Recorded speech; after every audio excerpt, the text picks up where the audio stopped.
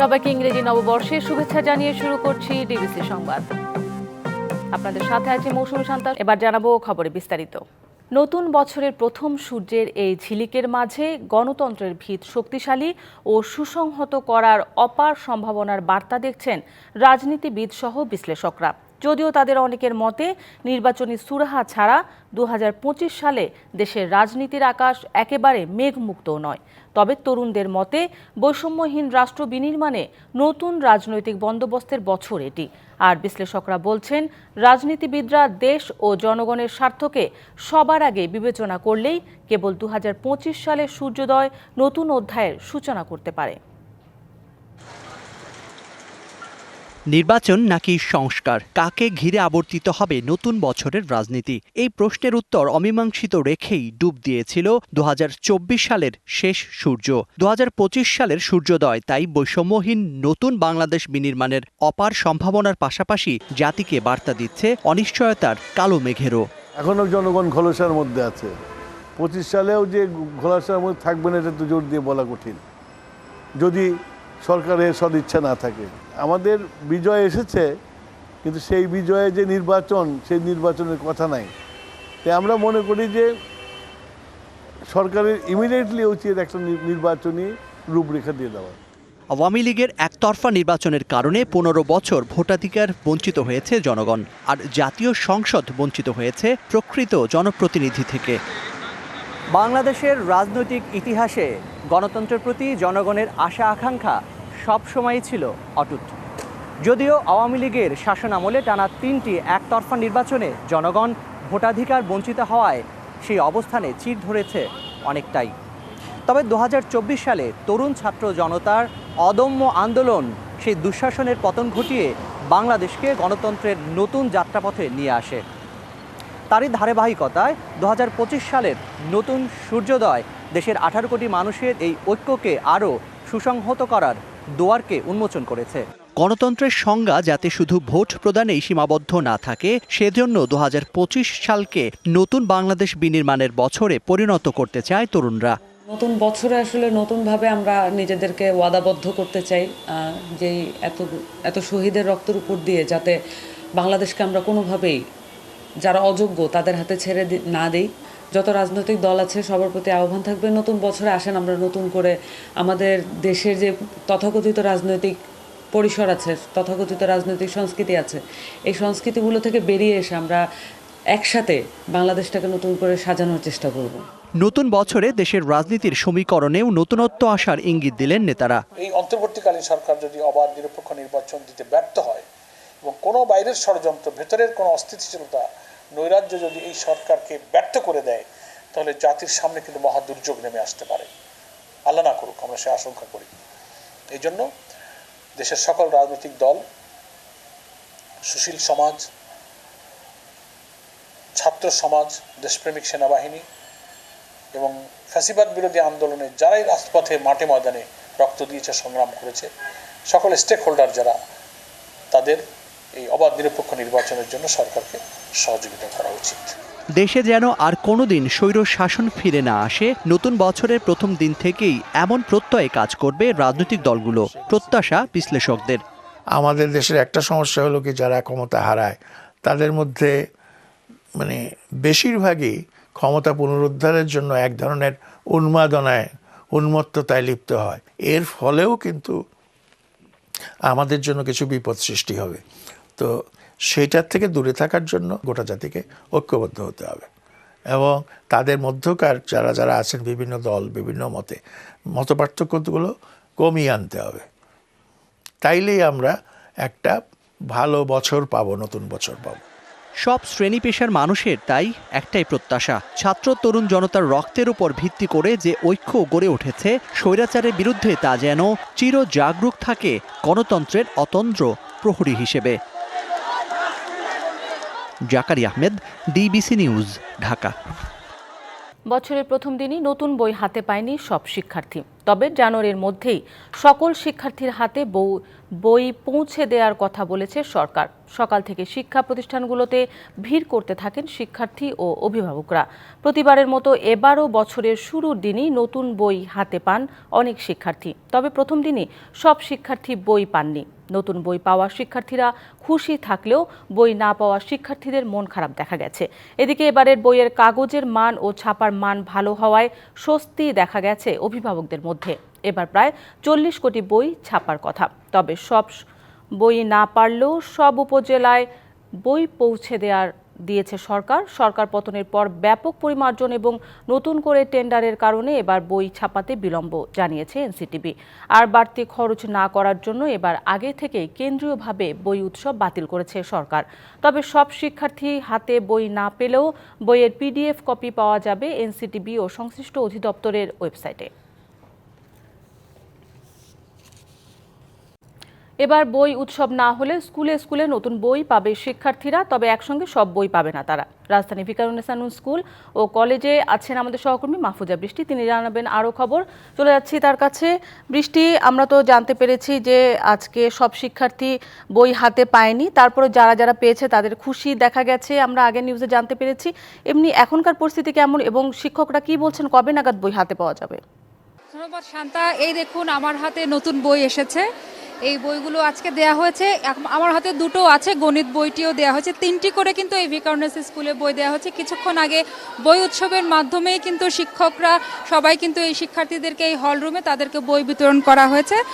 আজকে যারা বই পেয়েছে তাদের মধ্যে সপ্তম থেকে দশম শ্রেণীতে 3টি করে বই পেয়েছে এবং ষষ্ঠ থেকে প্রথম থেকে তৃতীয় শ্রেণীতে বই পেয়েছে। তবে এই রমনা শাখায় কিন্তু রমনা ফিকারুন্নেসা নূন স্কুলে কিন্তু এখন পর্যন্ত প্রাথমিকের বইগুলো এসে পৌঁছায়নি। তাদের আরেকটা যে ভার্সন আছেন সেটাতে কিন্তু পুরন ঢাকা যে আরেকটা সেকশন আছে সেটাতে কিন্তু প্রাথমিকের বই এসেছে।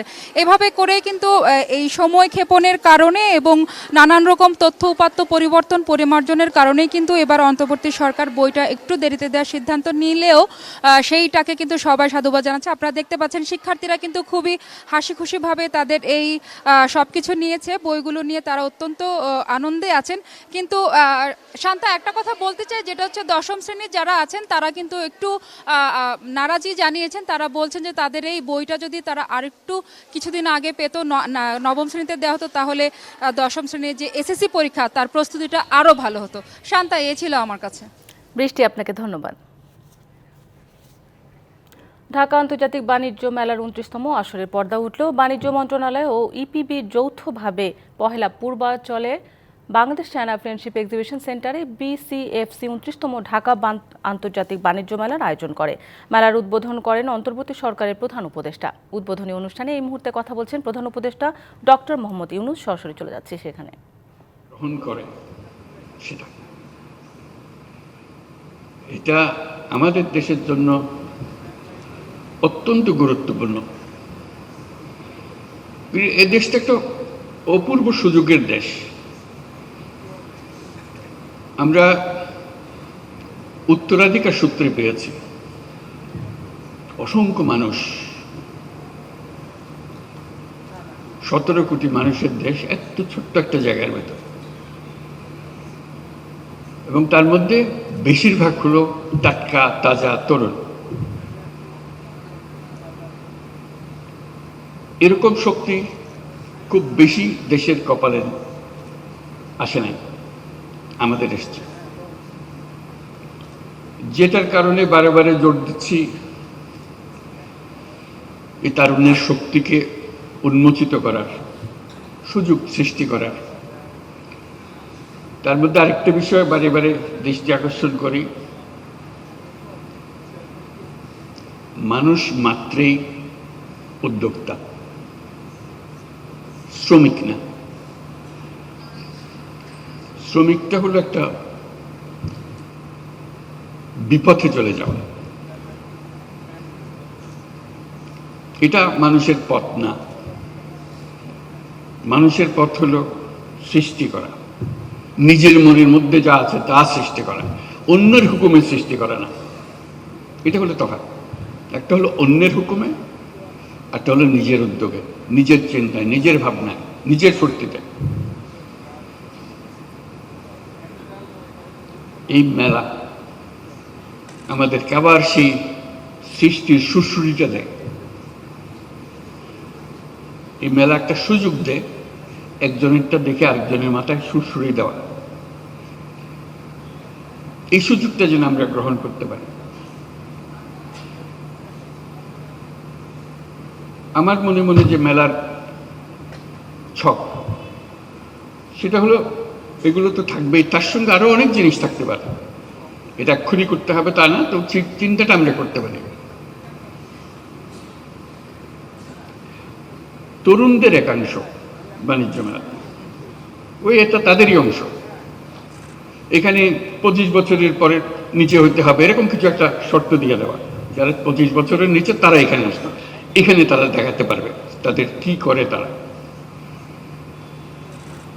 আমরা যদি খুঁজি, অবাক কেন, অসংখ্য রকমের কাজ করে এই তরুণরা, কিন্তু কোথাও স্বীকৃতি নাই, সরকারি স্বীকৃতি নাই, অন্য ব্যবসায়ী মহলে স্বীকৃতি নাই, কিন্তু তারা অনেক জিনিস করে, ছোট ছোট ছোট ছোট জিনিস করে। এবং তরুণ বলতে আমি শুধু ছেলে তরুণদের কথা বলছি না, মেয়ে তরুণ, অসংখ্য কাজ। আপনাদের জানা আছে, আপনাদের প্রত্যেকে জানেন কে কি করে। ঘরে বসে শাড়ি বিক্রি করে, কি কোথাও জানেন, বাড়িতে কিছু না, কিন্তু তার ক্রেতা বহু জায়গায়।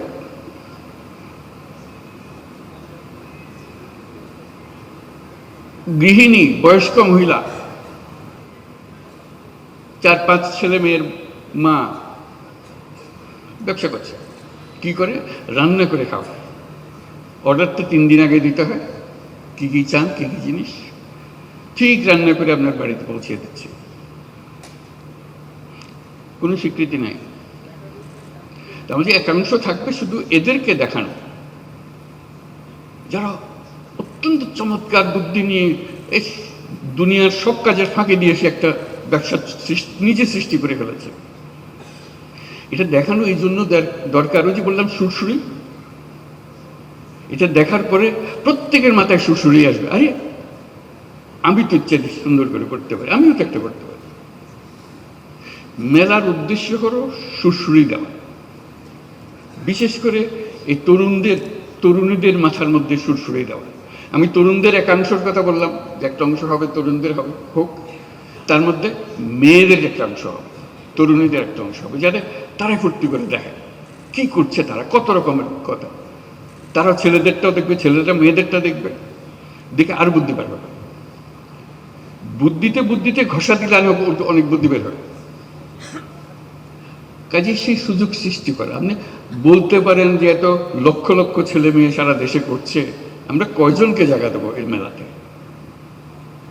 এটা কোনো সমস্যা না।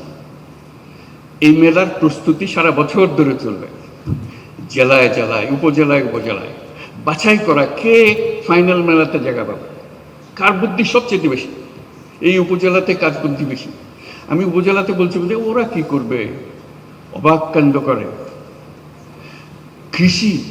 কৃষির জগতে যে বিবর্তন হচ্ছে মানুষের বুদ্ধিতে, সরকার সহযোগিতা করেছে কিন্তু মানুষ বুদ্ধিটা নিয়ে নিয়েছে, বহু রকম জিনিস হচ্ছে কৃষিতে, শিল্পে, হস্তশিল্পে, কুটির শিল্পে, যত রকমের জিনিস আছে, আইসিটি, আজকে টেলিফোন দিয়ে কত রকমের ব্যবসা হচ্ছে, কম্পিউটার পর্যন্ত যেতে হচ্ছে না, কিন্তু কম্পিউটারও চলছে, কত রকমের ব্যবসা, আন্তর্জাতিক, আমি তো দেশের কথা বললাম, আন্তর্জাতিক ব্যবসা। ঘরে বসে কোন দুনিয়াতে কি সফটওয়্যার বিক্রি করে দিচ্ছে সে। কাজে উপজেলায় উপজেলায় প্রতিযোগিতা হবে, প্রত্যেক উপজেলা থেকে 3-4 যা আপনারা বিচার করেন আসবে, তাদের জায়গা পাবে, তাদের সমস্ত খরচ সরকার বহন করবে।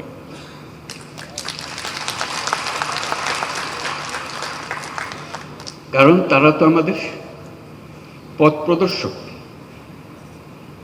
তারা জাতিকে পথ প্রদর্শন করবে, দুনিয়াকে পথ প্রদর্শন করবে। এই যেগুলো এখানে আসবে শুধু সেটা বাংলাদেশের সেরা না, তারা দেখবেন যে অনেকে দুনিয়ার সেরা হয়ে গেছে।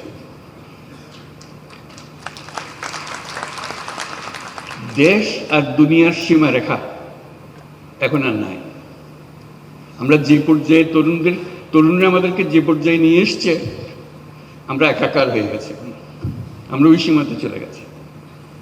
কাজে সেই সীমাতে আমাদেরকে সেই তরুণরা তখন এটা আন্তর্জাতিক হবে, আন্তর্জাতিক তরুণরা দেখতে আসবে বাংলাদেশের তরুণরা কি করছে, বাংলাদেশের তরুণরা কি করছে, বুদ্ধি নিতে আসবে, শিখতে আসবে, উৎসাহ নিতে আসবে, জয়েন্ট ভেঞ্চার করতে আসবে। আজকে যে ঘরে বসে করছে সেটা দেখা যাবে যে আন্তর্জাতিক ব্যবসাতে পরিণত হয়েছে। এটার কোনো তফাৎ নেই, ঘরে বসে কাজ আন্তর্জাতিক কাজ কোনো তফাৎ নেই, শুধু আকারে বড়, বুদ্ধি, ছোট্ট বুদ্ধি। একবার যদি বুদ্ধিটা খেটে যায় তাহলে এটা সারা দুনিয়ার জন্য খেটে গেল। উবার ধরেন একটা বুদ্ধি, এটার জন্য দুনিয়া লাগে না তো, একজন হলেই হয়ে যায়, কিন্তু যে একজনে কাজ করেছে এটা সারা দুনিয়া থেকে কাজে লেগে গেছে, বিরাট কোম্পানি হয়ে গেছে। কাজে এই যে কাজটা করছে সে ছোট্ট একটা জায়গায়, আপনি তারা ছোট ছোট জায়গা বন্টন করে দেন, সে শুধু দেখাবে, বোঝাবে কি, কত বিনিয়োগকারী আসবে তার কাছে, বল চলেন আমরা সঙ্গে ব্যবসা করি। এই তো মেলার উদ্দেশ্য, যোগাযোগটা করে দেওয়া, খাপে খাপে মিলিয়ে দেওয়া।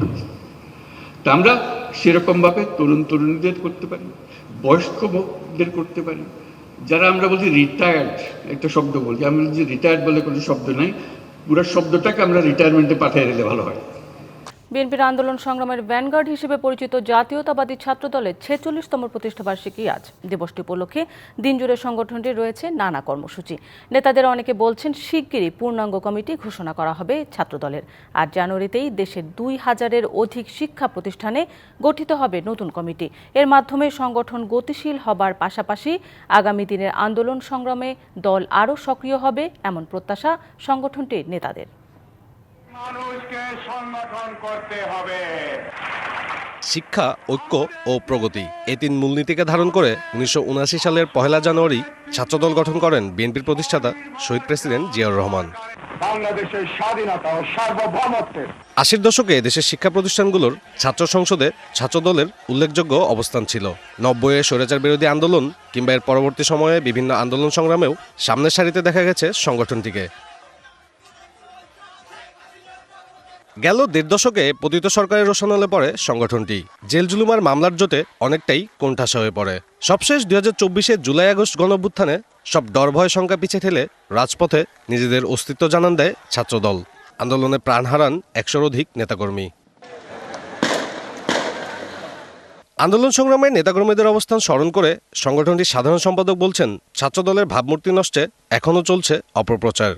বাংলাদেশ জাতীয়তাবাদী ছাত্রদলের বিরুদ্ধে যে ব্যাপকভাবে যে প্রোপাগান্ডা তৈরি করছে বিভিন্ন প্যাসিস্ট পরাজিত শক্তি, এবং একই সাথে যারা গত 15.5 বছর ধরে গোপন তৎপরতার মাধ্যমে রাজনীতি কায়েম করেছে, 5ই আগস্ট ছাত্র জনতার গণ অভ্যুত্থানের পরবর্তী সময়ে তারা বিভিন্ন ক্যাম্পাসে তারা আত্মপ্রকাশ করেছে, তাদের এই বিরামহীন প্রোপাগান্ডার বিরুদ্ধে বাংলাদেশ জাতীয়তাবাদী ছাত্রদলের প্রত্যেকটি নেতাকর্মীরা লড়ে যাচ্ছে। দ্রুতই কেন্দ্রীয় কমিটি পূর্ণাঙ্গভাবে গঠিত হবে, আর জানুয়ারিতেই বিভিন্ন প্রতিষ্ঠানগুলোতে গঠিত হবে নতুন কমিটি, এমনটাই জানালেন সভাপতি। বেশ কিছু সহযোদ্ধা রয়েছে, যারা বঞ্চিত রয়েছে, তাদেরকে আমরা ইনক্লুড করে নিব।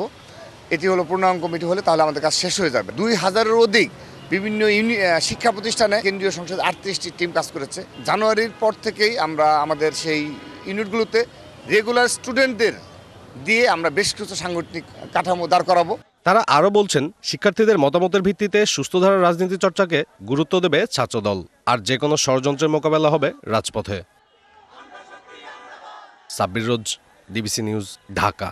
দাবি দাওয়া নিয়ে সরকারি কর্মচারীদের আন্দোলনে ভাবমূর্তি ক্ষুণ্ণ ও আচরণবিধি লঙ্ঘন হচ্ছে বলে মনে করে সরকার। এমন তৎপরতায় কঠোর ব্যবস্থা নেওয়া হবে বলে হুঁশিয়ারি দেওয়া হয়েছে। এ বিষয়ে মঙ্গলবার জনপ্রশাসন মন্ত্রণালয় থেকে বিজ্ঞপ্তি জারি করা হয়। এতে বলা হয়, জনসেবা প্রদান ও রাষ্ট্রের প্রশাসনিক কার্যক্রম সুষ্ঠুভাবে পরিচালনার জন্য সরকারি কর্মচারীরা গুরুত্বপূর্ণ ভূমিকা পালন করে থাকেন। সরকারি কর্মচারীদের সুশৃঙ্খল, দায়িত্বশীল ও পেশাদার আচরণের ওপর জনপ্রশাসনের সফলতা নির্ভর করে। সম্প্রতি বিভিন্ন পদমর্যাদার কিছু সরকারি কর্মচারী বিভিন্ন দাবি দাওয়া নিয়ে সমাবেশ, অবস্থান, ধর্মঘট, মানববন্ধন, কলম বিরতি সহ বিবিধ কর্মসূচি পালনের কারণে সরকারি কর্মচারীদের ভাবমূর্তি ক্ষুণ্ণ হচ্ছে। যে কোনো বিধান লঙ্ঘন সরকারি কর্মচারী শৃঙ্খলা ও আপিল বিধিমালা 2018-এর আওতায় অসদাচরণ হিসেবে গণ্য হবে বলেও উল্লেখ করা হয় বিজ্ঞপ্তিতে। কনকনে শীত ও ঘন কুয়াশার চাদরে ঢাকা পড়েছে উত্তরের জনপদ কুড়িগ্রাম। ভোরে কুড়িগ্রামে তাপমাত্রা রেকর্ড করা হয়েছে 11 ডিগ্রি সেলসিয়াস। মেঘলা আকাশ ও ঘন কুয়াশার চাদরে ঢেকে গেছে কুড়িগ্রামের আকাশ। কনকনে ঠান্ডা আর হিমেল বাতাস থাকায় কষ্ট বেড়েছে জেলার মানুষের। শীতের প্রকোপে সবচেয়ে বেশি ভোগান্তিতে পড়েছে বৃদ্ধ, শিশু ও দিনমজুররা। কুয়াশার কারণে যানবাহনগুলোকে হেডলাইট জ্বালিয়ে সতর্কতার সাথে চলাচল করতে দেখা গেছে। এদিকে শীত থেকে রক্ষা পেতে আগুন জ্বালিয়ে শীত নিবারণ করছে পঞ্চগড়ের মানুষজন। ভোর 6টায় জেলায় সর্বনিম্ন তাপমাত্রা 11.6 ডিগ্রি সেলসিয়াস রেকর্ড করা হয়। বেলা গড়িয়ে বিকেল হতেই শীতের তীব্রতা অনুভূত হয় বেশি। শীতে ডায়রিয়া, শ্বাসকষ্ট সহ শীতজনিত নানা রোগে আক্রান্ত হচ্ছে বয়স্ক ও শিশুরা। জেলা প্রশাসনের পক্ষ থেকে শীতবস্ত্র বিতরণ করা হলেও তা পর্যাপ্ত নয় বলছেন শীতার্তরা। ডিবিসি সংবাদে এই ছিল এখনকার মতো। ডিবিসি নিউজের সংবাদগুলো পড়তে ভিজিট করুন dbcnews.tv আর ভিজিট করুন ডিবিসি নিউজের ফেসবুক পেজ এবং ইউটিউব চ্যানেল। ডিবিসির সঙ্গেই থাকুন 24 ঘন্টা।